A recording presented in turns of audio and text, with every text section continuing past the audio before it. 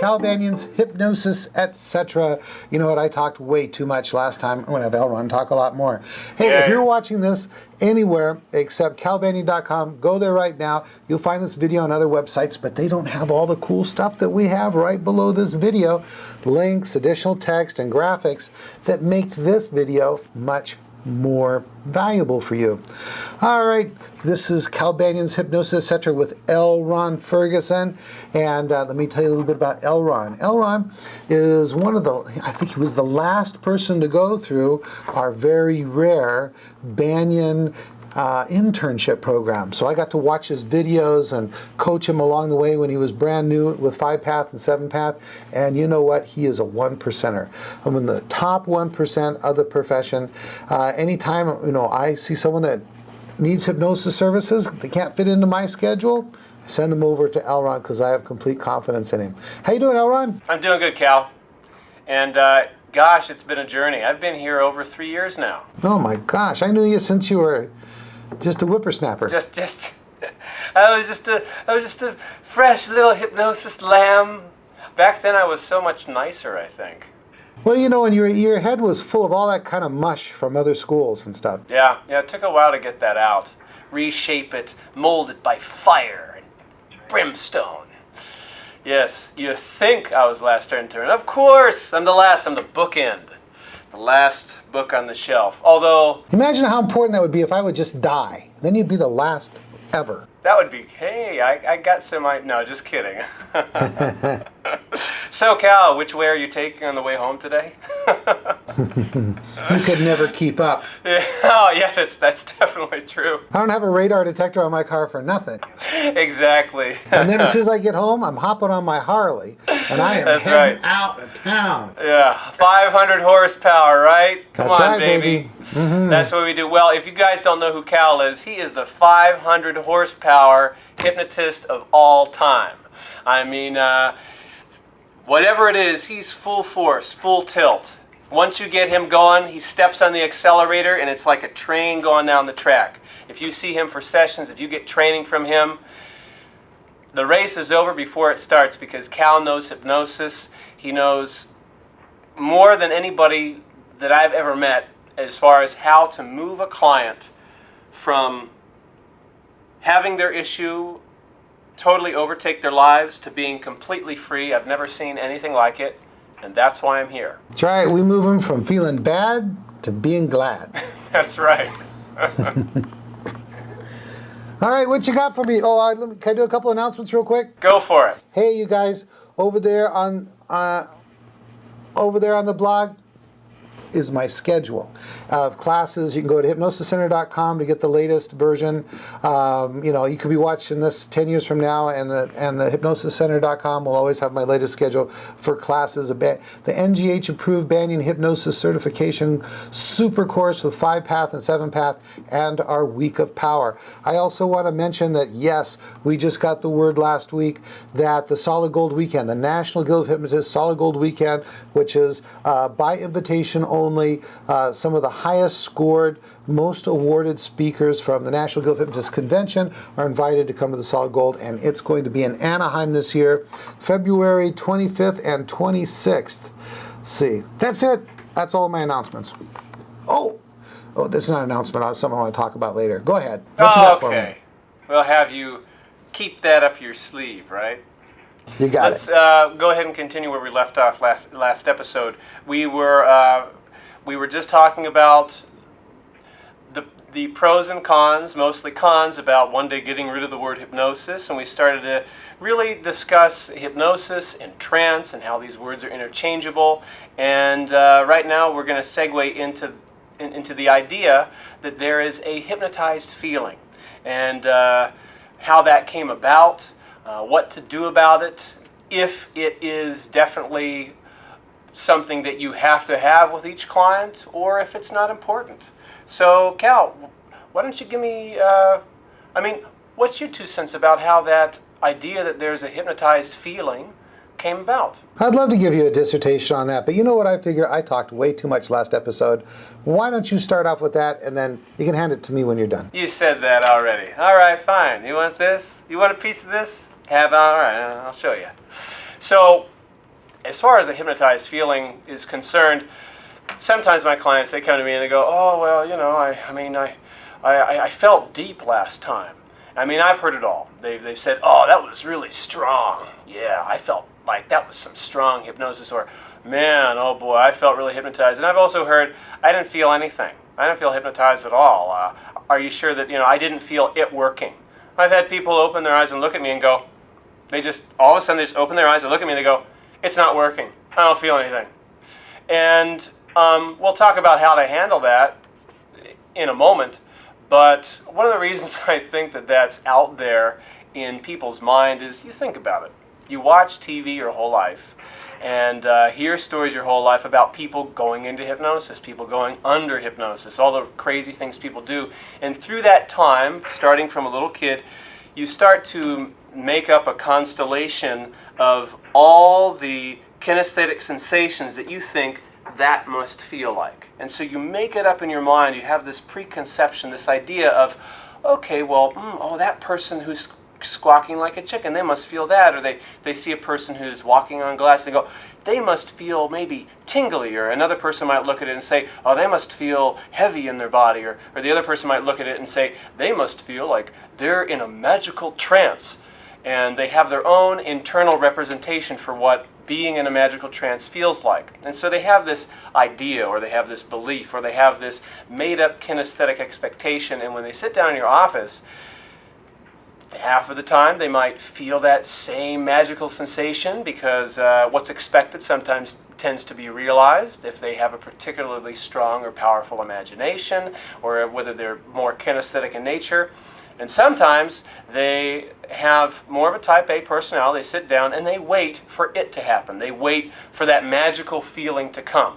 And maybe the pre-talk wasn't done extensively enough, or maybe they just still have that in their head and they don't experience that, and then they start to talk about, oh, well, maybe I didn't feel like I was in hypnosis. And so, what are your thoughts on that, Cal? And then I'll go into the next part of this topic. Well, I think you covered it completely. Okay, great. No, I'm just kidding. Oh. No, actually you did. Oh. No, I'm kidding.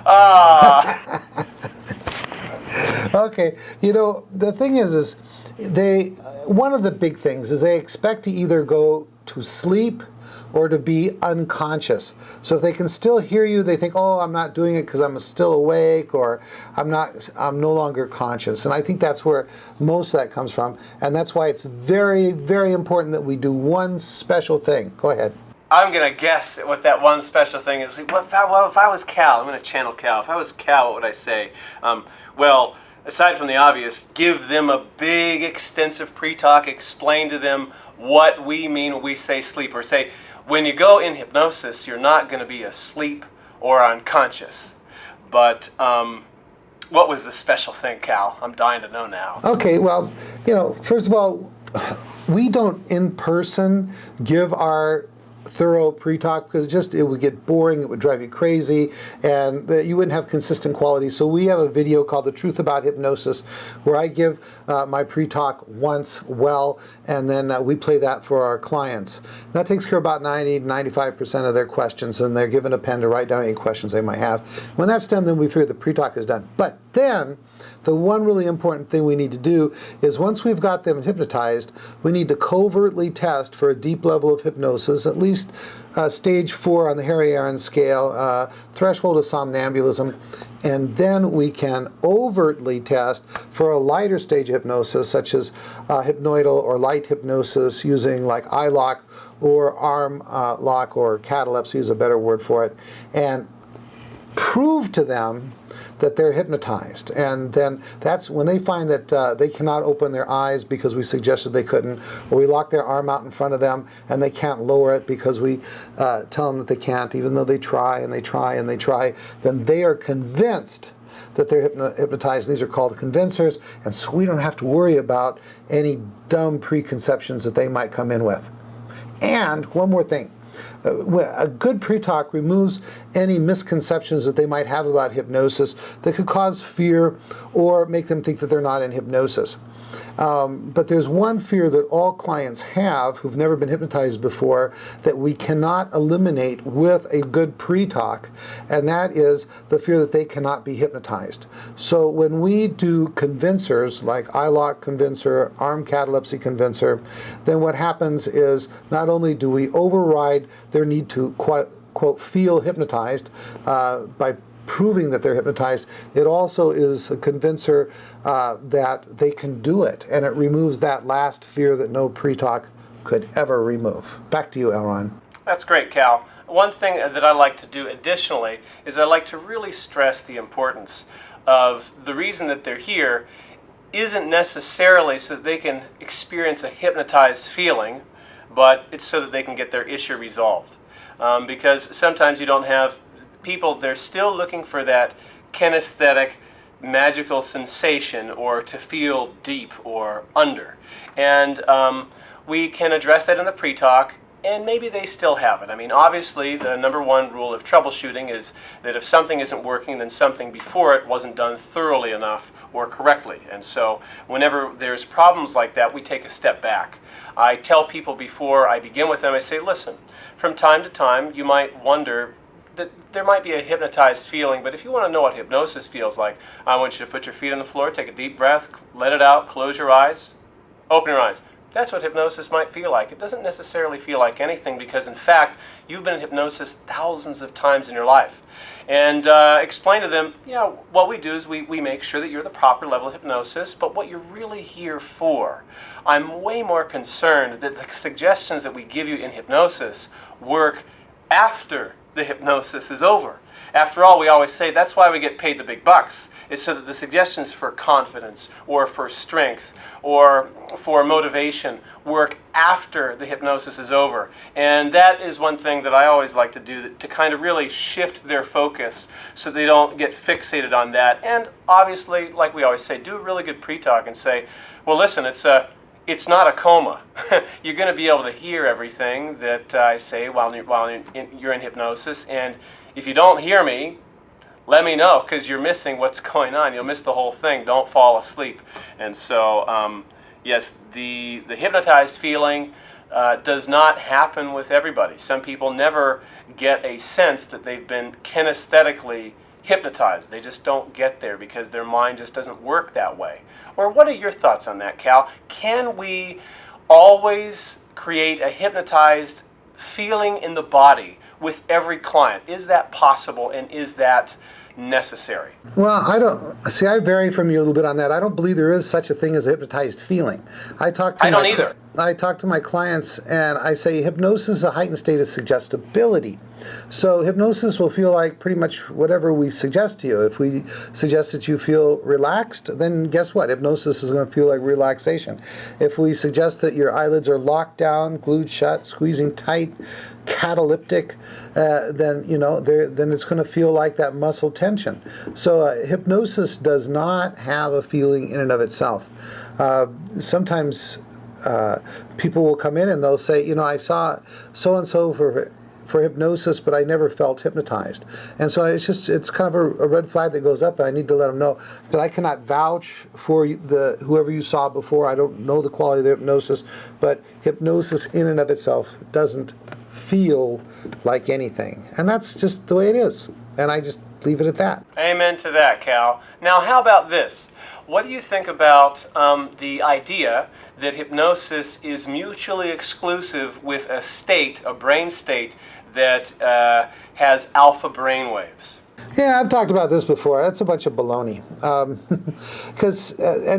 From my understanding from graduate school days, that really comes from research into meditation and altered states like that. And if you meditate, like transcendental meditation, and you're like saying a mantra over and over again, the mind can go into a very relaxed state and go into alpha wave or other slow rhythms and stuff like that.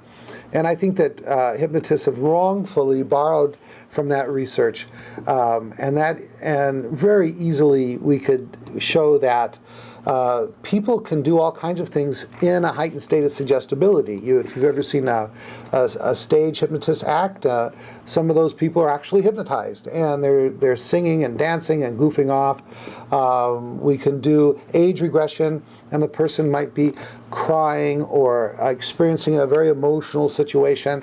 And believe me, brain waves when you're doing something like that is not slow. When you're processing a revivified experience of, maybe a life-threatening nature, you're not in that alpha state. Your brainwaves are jumping around and being quite active. So that is just one big fat lie. Well, it's not a lie. It's ignorance. Ignorance. So we could use some more research in that area, but the whole alpha brainwave stuff, that's really old research from now we're using much more sophisticated kinds of apparatus at psychiatrists and medical people to understand that the brain, and they have proven that the brain behaves differently in hypnosis than in any other state, be it meditation or be it pretending or just relaxing. The brain behaves differently. How's that? That sounds great, Cal. I mean, it is the whole alpha brainwave holdover from past research and beliefs is also one of those things, like we talked about in the last episode, that I think contributes to the whole trance, mutually exclusive with hypnosis misunderstanding as well. It's that trance, or there's different pre-talks of hypnotists that I've seen out there that go, little kids are in hypnosis because they're usually most of the time in an alpha brainwave state. And that may necessarily be true sometimes. Kids tend to have a lower level of frequency in the brain. They're not as in a high state of arousal as you get when you get into adulthood. The brain is less noisy as far as from a neuroplasticity perspective. But we always say that little kids are in a higher state of suggestibility than adults. And since it's not because of alpha brainwave function, why is that, Cal? Well, let me finish up with what our topic was, and that is that, all that alpha brainwave stuff, that's just so 1970s and real crude research, and it's been borrowed by hypnotists, and it just doesn't stand up. So now you want to ask me what? Yeah, so with the whole children being in a constant state of hypnosis thing, where we say that children are usually highly suggestible, since it's not because they're in alpha brainwave, why is it that children are highly suggestible? Okay. Now, so let's borrow this one definition. I'm not really that crazy about it, but it's be useful here. The bypass of the critical factor and establishment of acceptable selective thinking. Well, this whole idea of bypass of the critical factor, and it has to do with the mind's ability to reject information that it doesn't see as true. So we get these, and its ability to reject information is solely based on the information that's already in there.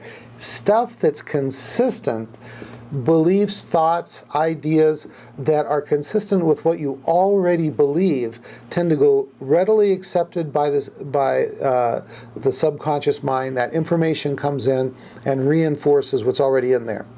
But things that are inconsistent, they still go into long-term memory. I like to call it the data area, but it really doesn't affect who you really are as far as habits, beliefs, emotions, that kind of thing.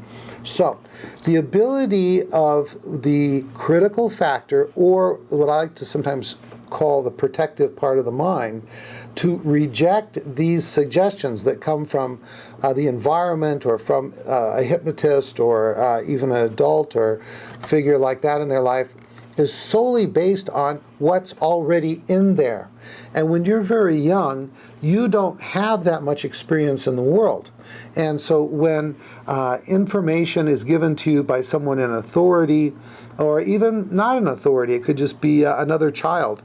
If you don't have information, a significant or substantial amount of information about that subject that's contrary to what is being suggested, then you're unable to reject it. It just goes in. So it's as if you were in a heightened state of suggestibility all the time. So we're not really in hypnosis all the time as children. It's just that children tend to be more highly suggestible. They believe all kinds of crazy stuff. They believe in characters on TV are real. They believe in Santa Claus. They believe in the Easter Bunny, the boogeyman, and all that stuff, just because someone taller than them said so. And it has to do with that, the inability to reject new, even crazy stuff, unless you already have experience in the world and beliefs about it. So children are not in hypnosis all the time, but they are naturally more suggestible. And by the way, as we age, we become less and less suggestible in the normal state.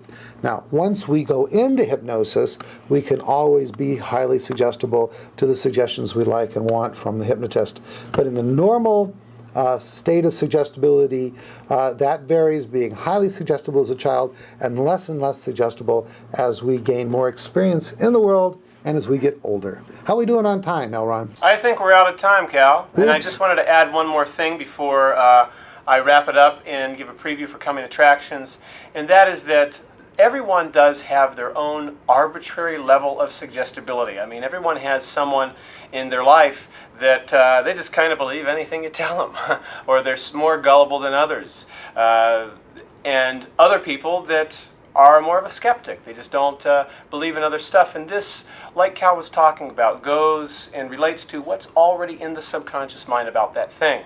I mean, I remember personal experience with the whole children being in a high state of suggestibility thing when I told my little sister there was monsters in the closet, and she developed an instant fear of the dark that took me a few years to get it out. Because she goes, "No, I don't want to go in there.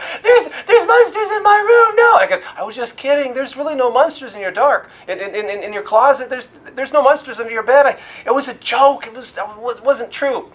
Well, I didn't really try that hard. Well, that's right, but once it's in there... Yes, exactly. Then the protective part of the mind, or the critical factor, whatever you want to call it, will then guard it. That's right. It'll just protect it. And anything that doesn't match that, it's deeply held in there then. It's because the soil is so fresh, and that piece of information has already taken root and planted. And so when that new information comes in, you go, "No, I was just kidding." It's too late. It's already in there, because that arbitrary suggestibility was capitalized on, that information took root, and this is an understanding of this is absolutely fundamental to know what we are actually doing in age regression. We are on-planting those seeds. And we'll talk about that more next episode, as well as maybe get into a couple controversial topics like things like success rates and how many clients you should see before you're allowed to teach. Stuff like that. We'll see what comes out of my mouth and Cal's mouth. As you can see, you hear Cal talk, and I'm always surprised and glad when Cal will find a different way to articulate a piece of information that I've already heard him talk about, or that I already know, because every time I learn something new, and that's why I'm here. And check out our courses on hypnosiscenter.com. You're on calbanyan.com right now. Hypnosis.org has some training products, some information that is worth its weight in cash and in gold. Be a 1%er. Let's move this profession forward. I'm Elronn Ferguson, signing off. All right, he just about said it all. Just say one more thing. Hey, Facebook, big deal. Go to facebook.com/hypnosis etc. Stands for hypnosis, etc. And get the inside scoop of what we're doing here on the show. And always be reminded when the shows are coming up. That's it. Cal Banyan, signing off.